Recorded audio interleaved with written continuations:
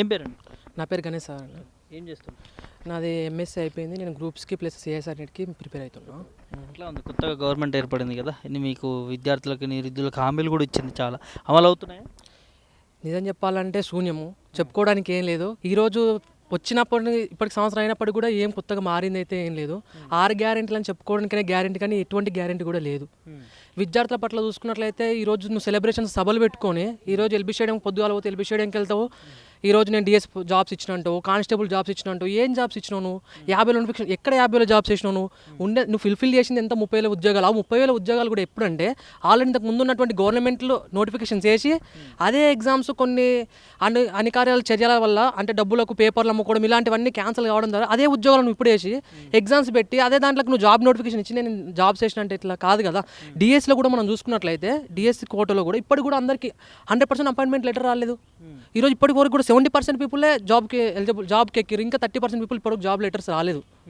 ఇలా చూసుకున్నట్లయితే చాలా ఉన్నాయి. విద్యార్థులకు జరిగింది తెలియదు. జాబ్ కార్డ్ అన్నావు, నువ్వు జాబ్ కార్డ్ ఏది? ప్రతి ఒక్క స్టూడెంట్ కూడా ఇన్సూరెన్స్ కింద 5 lakhs కార్డ్ ఇస్తున్నావు. ఇప్పుడు కూడా 5 lakhs కార్డ్ గురించి నువ్వు మాట్లాడవే. విద్యార్థులకు చేసింది ఏంది? నిరుద్యోగ వృత్తి అన్నావు, నిరుద్యోగ వృత్తి లేదు. 6 గ్యారెంటీలు కూడా ఏం అమలు చేయలేదు కదా. నిరుద్యోగ వృత్తి ప్రియాంక గాంధీ వచ్చి మరి ఇక్కడ చెప్పింది హామీ, మరి వచ్చిందా దాని గురించి? అదే చెప్పింది కదా, ప్రియాంక గాంధీ గారికి వచ్చింది నిరుద్యోగ వృత్తి. మీకు తెలుసో తెలియదు?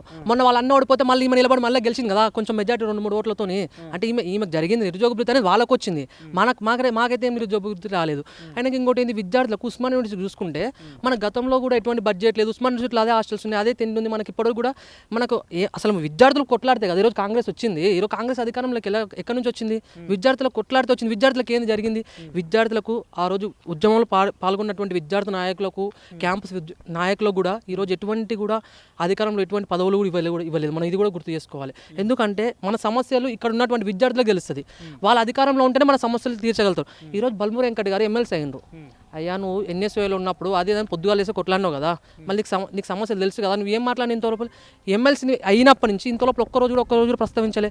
ఈరోజు తీన్మార్ మల్లన్న ఉన్నాడు. అయ్యా తీన్మార్ మల్లన్న గారు, నువ్వు కూడా మేము విద్యార్థులు ఓట్లేస్తాను కదా, నువ్వు ఎమ్మెల్సీ అయింది ఎక్కడి నుంచి అయినా నువ్వు ఎమ్మెల్సీ? నాకు అర్థం కాదు. ఈరోజు ఎమ్మెల్సీ దాంట్లో అందులో కోతావు, అది ఏం మాట్లాడుతూ అర్థం కాదు. ఆయన ఏదేదో స్టోరీ చెప్తుండే ఆయన. ఆయన అసలు ఆ సభలో ఉన్నటువంటి స్పీకర్ గారు కూడా ఆయన చెప్తున్నావు, మల్లన్న గారు పాయింట్ మాట్లాడి నువ్వు ఏం మాట్లాడుతున్నావు అంటున్నావు. ఈరోజు నువ్వు ఏం మాట్లాడుతున్నావు నాకు అర్థం. నీ క్వాలిఫికేషన్ ఏంది మల్లన్న గారు? ఈరోజు మీ క్వాలిఫికేషన్ ఏంది? పొద్దుగాలు వేస్తే జర్నలిజం పెట్టుకుంటావు, ఆంధ్రతో అల్లాడు. అరే భయ్ నువ్వు ఏం ఇష్యూస్ ఏంది అసలు? నువ్వు ఎమ్మెల్సీవా, నువ్వు జర్నలిస్ట్వా? నువ్వు అసలు జర్నలిస్ట్ ఉండేటువంటి మినిమం సెన్స్ కూడా లేదు తీర్మానం కూడా. ఈరోజు అంత దారుణం అంటే అంత దారుణం ఉంది. అసలు నిజం చెప్పాలంటే ఒక్కటి మాత్రం 6 గ్యారెంటీల్లో వీళ్ళు నిలబెట్టుకున్నది ఒకే ఒక గ్యారెంటీ, ఇందిరమ్మ రాజ్యం తెస్తారు అన్నారు. 100% ఇందిరమ్మ రాజ్యం తెచ్చిర్రు. ఎందుకంటే మనం చూసుకున్నట్లయితే నెల రోజుల కింద 144 సెక్షన్ విధించారు ఎమర్జెన్సీ. గుర్తుకు ఇచ్చిండ్రు కదా, ఇందిరమ్మ రాజ్యం వచ్చింది. ఇందిరమ్మ రాజ్యం అంటే మనం ఏందో అనుకున్నాం, ఏదో కలలుగా అన్నాం. ఈరోజు 5 లక్షలు అంటారు. పొద్దుగాలు వస్తాడు, ఊర్లలో పోతారంట, ఫోటోలు తీసుకుంటారు. అమ్మ మీకు ఇల్లు ఇస్తామంట. ఏడిస్తాయా నువ్వు ఇచ్చే 5 లక్షలకు 5 విడతలంట. 5 లక్షలు 5 విడతలంట. ఒక్కొక్క ₹1,00,000 ఏమొస్తుంది ఈరోజు 5 లక్షలకు? ఎక్కడి నుంచి వస్తున్నాయి ఇల్లు? ఈరోజు హైడ్రా పెట్టినావు, ఎంతమందికి నువ్వు ఇల్లు ఇచ్చినావు? ఈరోజు ఒక బాబు చచ్చిపోతే అల్లార్జున్ పెట్టుకుని ఈరోజు రాజకీయం చేస్తున్నావు, నువ్వు చిల్లర రాజకీయాలు చేస్తున్నావు నువ్వు ఈరోజు. ఎందుకంటే స్పందించినావు, దాన్ని మేము సమర్థిస్తున్నాం. మరి హైడ్రా ద్వారా ఎంతమంది పిల్లలు ఏడిచిరు. ఇదే జర్నలిస్ట్ అన్నలు మీరు వెళ్ళి కలిసినప్పుడు పిల్లలు చదువుకోవడానికి బుక్స్ లేవు, మా బుక్స్ తీసేసారు, మా బాడీ. మరి వాళ్ళ కోసం నువ్వు టైం ఇవ్వలేకపోయినావా? వాళ్ళ కోసం నువ్వు ఒక దగ్గర షెల్టర్ అరేంజ్ చేసినాక కదా నువ్వు చేయాల్సింది. ఈరోజు హైడ్రా ద్వారా కూడా నువ్వు ఏం చేసినావు? గురుకులాల్లో చూసుకుంటే ఎంత దారుణం అంటే అసలు తలుచుకుంటే ఏడుపు వస్తుంటుంది. ఎందుకంటే నీ పిల్లలు చదివితే నీకు తెలుస్తుంది. ఎందుకంటే మనకి అంటే ఎప్పటి నుంచో కూడా గురుకులాల్లో ఈ సమస్యలు చాలా రోజుల నుంచి కొనసాగుతున్నటువంటి. ఈరోజు నువ్వేం చేసినావు? గురుకులల్లో ఎంతమంది విద్యార్థులు చనిపోయారు? 188 మంది విద్యార్థులు చనిపోయినారు. ఈరోజు ఎంఎస్సీ క్వాలిఫికేషన్ అయిపోయినప్పుడు కూడా నేను ఇప్పటికి కూడా సర్టిఫికేట్ తీసుకోలేని దౌర్భాగ్యం నాది. ఎందుకంటే స్కాలర్షిప్ రాలేదు నాకు ఇప్పటివరకు. సరే గత ప్రభుత్వం గురించి మాట్లాడుతున్నావు కదా, మరి నువ్వేం చేసినావు? ఈరోజు ఇప్పుడు స్కాలర్షిప్ రాలే. బీటెక్ స్టూడెంట్స్కి మొన్న చూసుకున్నట్లయితే శ్రీనిధి కాలేజీలో ఎగ్జామ్స్ పెట్టలేదు, స్కాలర్షిప్ లేదని. ఇట్లా చూసుకున్నట్లు వెళ్తే అసలు ఏం లేదు, చూసింది శూన్యము. గుర్తుపెట్టుకో, 5 సంవత్సరాలు కూడా పరిపాలన కొనసాగుతుందనైతే నమ్మకం లేదు. ఈ 5 సంవత్సరాల లోపలనే విద్యార్థులు మాత్రం వ్యతిరేకంగా ఉన్నారు. కంపల్సరీ రేవంత్ రెడ్డి గద్దె దిగ్గడానికి త్వరలోనే దిగుతాడని హెచ్చరిస్తున్నాం. ఎందుకంటే చాలా సిగ్గుచేటు. ఇప్పుడు మనం విద్యార్థుల గురించి మాట్లాడుతున్నాం కదా, విద్యాశాఖ మంత్రి నిర్వహించలేకపోయారు ఇప్పటివరకు. ఇప్పటివరకు నువ్వు అధికారం వచ్చి దగ్గర 200 రోజులు అవుతున్నప్పటికీ కూడా విద్యాశాఖ మంత్రి గతి లేదు. ఇప్పుడు విద్యాశాఖ మంత్రి లేకపోతే ఎవరు చూసుకుంటారు? మా సమస్యలు ఎవరికి చెప్పుకోవాలి? రేవంత్ రెడ్డి ఫుల్ ఫ్లెజ్డ్గా విద్యాశాఖ మంత్రి. అదే ఫుల్ పేజ్ విద్యాశాఖ మంత్రి. అసలు రేవంత్ రెడ్డి గారికి ఏం నాలెడ్జ్ ఉంటుంది? ఆయన ఏం చూసుకుంటావు నాకు అర్థం కాదు. నువ్వు లండన్ వెళ్తా అంటావు, నువ్వు ఈడ పెట్టుకొని ఈడ సమస్యలు మొత్తం ఉద్ధరించినట్లు మొన్న మధ్యప్రదేశ్ పోయి మహారాష్ట్రకు పోయి నువ్వు ఆడ ఎలక్షన్స్లో క్యాంపెనింగ్ చేసినావు, ఈడ ఉద్ధరించాను నువ్వు, నీ ఎమ్మెల్యేలు నువ్వే ఆడ క్యాంపెనింగ్ చేసినావు. ఈయన విద్యాశాఖ మంత్రి అయ్యి ఈడ ఎన్ని స్కూళ్ళకి వెళ్ళాను, ఎన్ని కాళ్ళకి వెళ్ళినావు, విద్యార్థులు ఎన్ని సమస్యల మీద నువ్వు ఇప్పటివరకు ప్రెస్ మీట్ పెట్టినావు? చెప్పండి. విద్యాశాఖ మంత్రి గారు కదా మీరు, ఎన్ని మాట్లాడారు మరి? ఈరోజు మేము ప్రశ్నిస్తున్నాము. కాబట్టి తప్పనిసరిగా ఖబర్దార్ రేవంత్ రెడ్డి గారు, వెంటనే మీరు ఇచ్చినటువంటి హామీలలో జాబ్ క్యాలెండర్ ఏదైతే అన్నారో అదే జాబ్ క్యాలెండర్ రిలీజ్ చేసి ప్రతి ఒక్క విద్యార్థికి ఉద్యోగాలు ఇవ్వకపోతే మాత్రం గద్దె దించనీకే త్వరలోనే నువ్వు గద్దె దిగి నిన్ను కూడా సీఎం ఆఫీస్ నుంచి అలానే తరిమి కొడతాం. ఇదే జాబ్ క్యాలెండర్ ప్రభుత్వం ఇచ్చిందని చెప్పి మాట్లాడుతూ ఉన్నారు కదా. జాబ్ క్యాలెండర్ అంటే ఏంది నాకు అర్థం కాదు. అంటే ఇప్పుడు 2025 రేపు వస్తుంది క్యాలెండర్ ఇస్తే జాబ్ క్యాలెండర్ అది కాదు కదా. జాబ్ క్యాలెండర్ నోటిఫికేషన్స్ రిలీజ్ కావాలి కదా. దాన్ని నువ్వు ఎక్కడ అమలు చేసినావు, ఏ జాబ్స్ ఎప్పుడు ఇచ్చినావు, ఏం లేదు కదా. చెప్పుకుంటే నువ్వు ఏమంటే వీళ్ళు మేనిఫెస్టో ఉంది, మేనిఫెస్టోలో జాబ్ క్యాలెండర్ ఇస్తామంటే ఇచ్చినట్లేనా? నువ్వు మేనిఫెస్టోలో ఏ పెడతావు అన్ని ఇచ్చినట్లేనా? అవి అమల్లోకి వచ్చినప్పుడు కదా. కాబట్టి వెంటనే జాబ్ క్యాలెండర్ కూడా రిలీజ్ చేయాలి. మహిళల స్కూటీలు వస్తున్నాయా? స్కూటీలో ఏమో నాకైతే ఎక్కడ కనిపించలేదు. మా లైబ్రరీలో అక్క మా చెల్లెళ్ళు వస్తున్నారు ఆడ, వాళ్ళకు కూడా ఏం స్కూటీలు అయితే ఇవ్వలేదు. మరి ఎవరికైనా స్కూటీలు ఇచ్చింది అయితే ఏం లేదు. నీ స్కూటీలు మాకేం చేసుకోవాలి? నీ నిరుద్యోగ వృత్తి మేమేం చేసుకోవాలి? మాకు ఉద్యోగాలు తెలంగాణ తెచ్చుకునేది ఎందుకు? ఇంటికి ఉద్యోగం వస్తాను కదా తెచ్చుకున్న తెలంగాణ.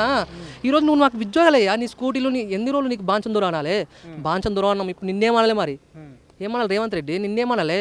రవ్వంత పని లేచింది లేదు ఈరోజు రేవంత్ రెడ్డి, గుర్తుపెట్టుకో. ఈరోజు మూసి అంటున్నావు, అదంటున్నావు, ఇదంటున్నావు, నువ్వు చేసింది ఏంది? మరి ప్రజాపాలన విజయోత్సవాలు అని చెప్పి చేసుకుంటా ఉన్నారు. మొన్న మీ ఓయూ వేదిక కూడా పెద్ద బహిరంగ సభ కూడా ఏర్పాటు చేసుకున్నది కదా.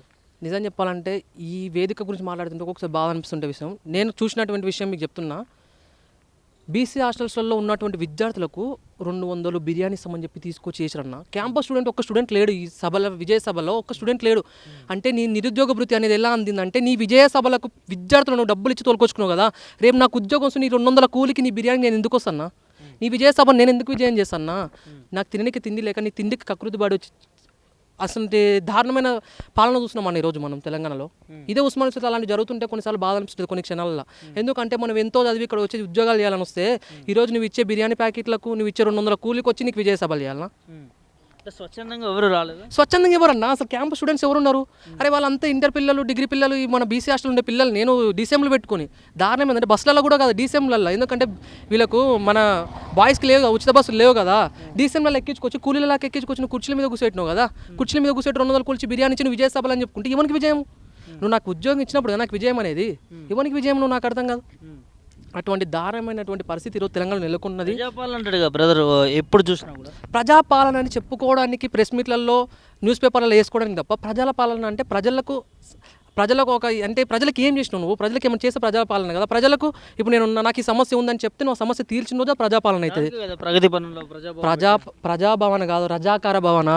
ఎందుకంటే మనకు 7వ నిజాం అయిపోయి 9వ నిజాం అయిండు అంతే, అంతకుమించి చేసింది ఏం లేదు. ఏం చేసినా చెప్పేవరికి ఏం చేసినావు? జర్నలిస్టులకు స్థలాలు అన్నాడు, వాళ్ళకి స్థలాలు అన్నాడు, ఉద్యమకారులకు అన్నాడు, ఇది అన్నాడు. ఎవరిని గుర్తుకు తెచ్చింది ఏం లేదు. ఎవరికి చేసింది ఏముందన్న? శూన్యం కదన్నా. ఇప్పటివరకు మంత్రితో శాఖల అమలు చేయలేకపోయింది. ఇప్పటివరకు స్టిల్ నౌ ఫెయిల్ అన్న. రేవంత్ రెడ్డి గారు ఫెయిల్ అయ్యారు, గవర్నమెంట్ అయితే ఫెయిల్ అయింది. ఇప్పటివరకు చేసింది అయితే ఏం లేదు. విద్యార్థులు ఏమనుకుంటారు? విద్యార్థులు ఓవరాల్గా అనుకుంటుంది ఏంటంటే తెలంగాణ గవర్నమెంట్ లాస్ట్ 6 months ఉందనగా ఇదే మన ఆర్టీసీ క్రాస్ రోడ్కి వెళ్తే ఎటువంటి ఉద్యమాలు చూసినామో అటువంటివే త్వరలో చూడబోతున్నాం. త్వరలోనే కనిపిస్తాయి. త్వరలోనే రేవంత్ రెడ్డి గద్దె కూడా దిగబోతున్నాం. హెచ్చరించుడు కాదు, ఇది మా బాధ. కాబట్టి నేను చెప్తున్నాం, ఆ రోజు మీరు వచ్చినప్పుడు కూడా, ఆ రోజు మీకు ఓట్లు వేసింది కూడా మేమే. ఎందుకంటే ఆ రోజు తెలంగాణ ప్రభుత్వంలో మాకు ఎటువంటి న్యాయం జరగలేదు కాబట్టి ఈరోజు రేవంత్ రెడ్డి గారు వస్తున్నా మాకు ఏమైనా న్యాయం జరుగుతుందని ఇదే విద్యార్థులము ఊళ్ళలో తిరిగి ప్రతి ఇంటింటికి తిరిగి కూడా మేము ప్రచారం చేస్తే నువ్వు గెలిచినావు, నువ్వు గద్దెనెక్కినావు. కాబట్టి 100% నువ్వు విద్యార్థుల కోసం పని చేయి, విద్యార్థుల సమస్యలు తెలుసుకో. నువ్వు విజయ సభకు రేవంత్ రెడ్డి వస్తుంది గెలిచినావు. మరి రేవంత్ రెడ్డి గారు ఎందుకు రాలేకపోయారు అంటే నీకు ముఖం లేదు. నువ్వు ఈరోజు విద్యార్థులకు నువ్వు కనిపించి నీకు ముఖం లేదు, ముఖం వెళ్తలేదు నీకు. నువ్వు నోటిఫికేషన్ వేస్తే, నువ్వు 100% న్యాయం చేస్తే నువ్వు మాట్లాడు. కానీ నీకు మాట్లాడే ధైర్యం లేదు. ఏం మాట్లాడుతారో తెలియదు, అన్ని అబద్ధాలు, నోరు తెలిసే అబద్ధాలు. అది చేసినా, ఇది చేసినా, ఏం చేసినావా? ఏం చేసినావు నువ్వు?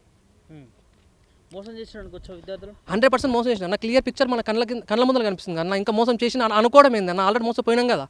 అనుకోవడానికి ఏం లేదు, ఆల్రెడీ మోసపోయినాం. మోసపోయారు. ప్రతి విషయాల్లో మోసపోయినామన్నా. 6 గ్యారెంటీలు అన్నాడు, ఉత్తి 6 గ్యారెంటీలు చేసిందా? 6 గ్యారెంటీలు ఒక్కడంటే ఒక్కడు కూడా ఇప్పటివరకు కూడా మనం ఎందుకంటే మన అందరం కూడా రైతు కుటుంబాలు కాబట్టి వాళ్ళకి డబ్బులు వస్తున్నాయి మన భర్తం కాబట్టి రైతుల గురించి మనం మాట్లాడుకున్నట్లయితే రైతు భరోసా అన్నాడు. రైతు భరోసా ఎవరికి ఇచ్చినన్నా? ఇప్పటివరకు మనకి నిజం చెప్పాలంటే 1 year అవుతుంది ఇప్పటివరకు రైతు బంధు రైతు భరోసా కూడా ఎవరికి వాళ్ళలేదు. ఇప్పుడు ఇవి ఇచ్చేది కూడా ఎట్లా అంటే డ్రోన్ పెడతాడంట. డ్రోన్ పెట్టి ఎంత భూమి ఎవరు పంట పండిస్తుందో అది అబ్జర్వ్ చేసిస్తాడంట. అలా అరే నువ్వు డ్రోన్ పెడితే ఎంత ఖర్చు అవుతుంది? రీసెంట్గా మీరు చూసింటారు, డ్రోన్లు పెట్టి ఎక్కడెక్కడ పంట వంతుందో పంట ఎక్కిస్తాడంట. అరే నాకు నమ్మశక్తి వస్తుంది. అరే భయ్ 5 ఎకరాల లోన్ తీసుకో, మినిమం రైతులు తీసుకో, డబ్బులు న్యాయం ఉంటుంది. కానీ నువ్వు అన్ని ముచ్చాట్లు అంటే ఓ రోజేమో కౌలు రైతుకి ఇస్తాంటావు, ఇప్పుడు డ్రోన్లు కొనుక్కొస్తాడంట. డ్రోన్లు పెట్టి డ్రోన్ల పంట ఏడ వంతుందో అక్కడ చూసిస్తాడంట. పంట నష్టపరిహారం ఇస్తాను చెప్పు. పంట పండించడం నేనేమంటున్నా అంటే ఈరోజు కొంతమంది 8 ఎకరాల నోడు కూడా, ఎందుకంటే కొన్ని దగ్గర భూమి వాల్యూ లేనితో కూడా 8 ఎకరాల నోడు కూడా రైతుగా పనిచేస్తాడు కదా. నువ్వు అబ్జర్వ్ అయిపోరు రైతా కథను అబ్జర్వ్ చేసి. కానీ డ్రోన్లు పెడితే ఏంది ఇవి చిల్లర మాటలు మాట్లాడుతుంటాడు. అసలు ఒక సీఎం మాట్లాడే మాటలు కానే కదా ఆయన. కాబట్టి 100% ఇవన్నిటి మీద కూడా తగిన చర్యలు తీసుకోవాలి. ఇంకోటి చూసుకున్నట్లయితే ఉచిత బస్సు పెట్టిండు. ఉచిత బస్సు కూడా 100% ఫెయిల్ కదా. మనం చూస్తే ఈరోజు బస్సులకి జర్నీ చేయాలంటే భయం అవుతుంది. నువ్వు బస్సులు పెంచు, బస్సులు పెంచేయలేదు. విద్యార్థులు పొద్దుగాల ఇప్పుడు బస్ పాసులు తీసుకుని వెళ్తుంటే కూడా దారుణమైన పరిస్థితి కనిపిస్తుంటుంది మనకు. 150 రూపాయలు ఉన్నటువంటి నెల పాసు 300 చేసినావు, నెల పాస్ చేసినావు. సరే బస్ రేటు పెంచినప్పుడు బస్సులు కూడా పెంచాలి కదా అన్న. ఇటువంటి సమస్యలు చాలా ఉన్నాయి తెలంగాణలో. కాబట్టి కాంగ్రెస్ అంటే కరువు పాలన అని అప్పట్లో మా తాత వాళ్ళు వీళ్ళు అంటుంటున్నాం, కానీ రియల్గా మేము కూడా చూస్తామని అనుకోలేదు. చూస్తున్నాం రియల్గా. ఎమర్జెన్సీ ఎట్లా ఉంటుందో ఇందిరమ్మ అది కూడా మేము చూడలేదు. అరే ఎమర్జెన్సీ అంటే ఇందిరమ్మ అని ఇప్పుడు మనం బుక్కులల్లో అక్కడనే చూసినాం, కానీ రియల్గా లైవ్లో చూసినాము. రియల్గా ఇది ఆనందంగా పడాలో దుఃఖించాలో తెలుస్తలేదు మాకు. ఇది ఆనాటి రోజులే కన్నా, ఆనాటి రోజులు తెచ్చిండయ్యా రేవంత్ రెడ్డి అంటే ఆనాటి రోజులు ఇవే. ఎమర్జెన్సీ తేవడము, స్వేచ్ఛ లేకపోవడం ఏంది అబ్బా. ఈరోజు ఈ మన స్వతంత్ర దేశంలో స్వేచ్ఛ లేకపోవడం ఏంది? ఈరోజు నువ్వు 144 సెక్షన్ దించడం ఏంది? అరే ఇంతకన్నా దారుణమైంది ఏముంటుంది? ఈరోజు ఒక విద్యార్థి ప్రశ్నించిన కోత వాడిని ప్రివెంటివ్ అరెస్ట్ అంటాడు, వాడిని అరెస్ట్ చేస్తుంటాడు, వీని మీద కేసు పెడతాడు, వాడి మీద కేసు పెడతాడు, ఎఫ్ఐఆర్ అంటాడు, నువ్వు ధర్నా అయ్యేదంటావు. 100% క్వశ్చనింగ్ అనేది చేస్తాడు విద్యార్థి. క్వశ్చనింగ్ చేస్తాడు. నువ్వు కరెక్ట్ పరిపాలన చేస్తావు, మాకేం అవసరం క్వశ్చనింగ్ చేయడానికి? నువ్వు పరిపాలన అయినప్పుడు క్వశ్చనింగ్ చేస్తాము. కానీ ఈరోజు 144 సెక్షన్స్ ఇలాంటి పెట్టి విద్యార్థులను బంధించడం అనేది 100% నేరం అన్న. ఆనాటి రోజులు అవి కనిపిస్తున్నాయి. మన ఈరోజు హిందూ దేవాలయాలను కూడా చూసుకుంటే, అంటే ఎందుకంటే దేవాలయాలు అనేది ఒక్కొక్క రిలీజియన్కి ఒక్కొక్కటి గౌరవం ఉంటుందన్న. ఈరోజు నువ్వు దేవాలయాల మీద కూడా మనం చూసుకున్నట్లు ఎన్ని దాడులు జరుగుతున్నాయి, అవి కూడా నువ్వు ఎటువంటి పట్టించుకుంటలేవు కదా, ఎటువంటి చర్యలు లేవు కదా. అంటే నువ్వు ఇమ్మీడియట్ యాక్షన్ అనేది ఏ దాని మీద లేదన్న. ప్రజలకు ఇబ్బంది కలిగించే దాని మీద ఇమ్మీడియట్ యాక్షన్ తీసుకుని ఇప్పుడు హైడ్రా ఏమంటే మన ఎలగొట్టాలి అది అయితే దాని మీద. ఎందుకంటే చాతనాల మీద కదా నీ పెద్ద నమ్ము దమ్ముంటే చాతనాల మీద చూపించాలి కదా. అవునా కదా. ఇప్పుడు కేటీఆర్ మీద కూడా నిర్ణయం ఒకటి వచ్చింది, మనం రేజింగ్లో అది దొరికింది, దాని మీద సిబిఐ ఎంక్వైరీ చెప్పి ఆయన డైరెక్ట్ అసెంబ్లీ నా మీద ఎంక్వైరీ అయిపోయింది కూడా ఇప్పుడు దాని మీద చర్య తీసుకోలేకపోతున్నావే. అంటే మీరు అంత లోపల కుమాకై వాటిని షేర్స్ అయినాక దాని మీద యాక్షన్ తీసుకుంటావా? హైడ్రాను స్పాట్ యాక్షన్ నైట్ డిసైడ్ అయ్యి పొద్దుగా నోటీస్ కూడా లేకుండా నువ్వు ఇల్లు కూడా కొడుతున్నావు కదా. నువ్వు అంత స్పాట్ దీంట్లో మీద ఎందుకు తీసుకోలేకపోతున్నావు? నువ్వు ఎవ్రీథింగ్ స్పాట్ తీసుకుంటే స్పాట్ చేస్తే నువ్వు విజన్కి వెళ్ళిపోవు. ఒక దాంట్లో ఒక దాకా ఇంకో దాంట్లో లాగా అనేది ఇది కరెక్ట్ కాదు కదా. ఏం చెప్తావు ఓవరాల్గా రేవంత్ రెడ్డికి ఏమైనా చెప్తావు విద్యార్థిగా? ఓవరాల్గా చెప్పేది ఏంటంటే, సరే ఇంకా నీకు 4 సంవత్సరాల పదవి కాలం ఉంది కాబట్టి ఇప్పటికైనా మీరు అన్నట్లు అదే జాబ్ క్యాలెండర్ ఇచ్చి మాకు జాబ్స్, ఎందుకంటే మేము ఎప్పుడు కూడా మీకు సపోర్టే చేస్తాం. ఎందుకంటే విద్యార్థులకు సంబంధం వచ్చినాయి. సరే ఇప్పుడు మీరు వస్తేనే మాకు న్యాయం జరుగుతుందని మేము ఇంత కొట్లాడి తెచ్చుకున్నాం కాబట్టి మీ నుంచి అయినా మాకు న్యాయం జరగాలి. ఎమ్మటే జాబ్ క్యాలెండర్ ఇచ్చి ప్రతి ఒక్కరు కూడా జాబ్స్ 100% ఫుల్ఫిల్ చేసి, అప్పుడు మనం తెలంగాణ ఉద్యమంలో ఈ ప్రతి ఇంటికి ఎలా ఉద్యోగం అనుకున్నామో ఈరోజు కనీసం అదైనా ఫుల్ఫిల్ చేస్తే మంచిగా ఉంటుందని చెప్తున్నాం. లేకపోతే వెంటనే గద్దె దిగుతావు బిడ్డ, ఖబర్దార్.